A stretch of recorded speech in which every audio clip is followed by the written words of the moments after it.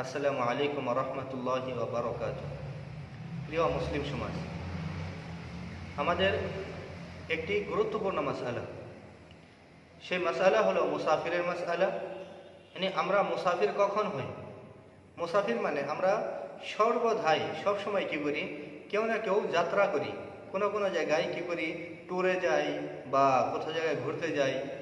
তো এই ব্যাপারে মুসাফির হয়। মুসাফির কাকে বলে এটা আমাদের জানা দরকার। তারপর মুসাফির হওয়ার পরে আল্লাহর হুকুমের মধ্যে কিছু পরিবর্তন এসে যায়, যেরকম নামাজের মধ্যে।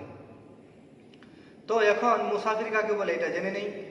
তো মুসাফির যে কোনো মুসলিম আকিল বালিগ মানুষ কি করেন, নিজের এলাকা থেকে ৭৮ কিলোমিটার অতিক্রম করে গিয়েছেন আর ওখানে ১৪ দিনের ভিতরে থাকার নিয়ত করেছেন, ১৪ দিনের বেশি নয়, তাকে মুসাফির বলে গণ্য করা হয়। ৭৮ কিলোমিটারের কম অতিক্রম করলে একে মুসাফির সাব্যস্ত করা হয় না।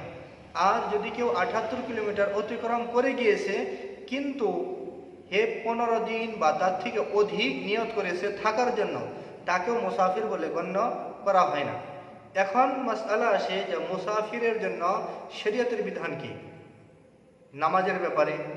তো মুসাফির যে ব্যক্তি, তার জন্য ৪ রাকাত আলা নামাজে ২ রাকাত পড়বে, আর ৩ রাকাত আলা নামাজে ৩ রাকাতই পড়বে, ২ রাকাত আলা নামাজেও ২ রাকাতই পড়বে।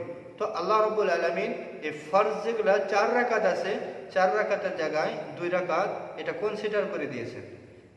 আর যদি কোনো মুসাফির ব্যক্তি সুযোগ পায়, সহুলত পায়, সময় পায়, তাহলে সে সুন্নত পড়তে পারে।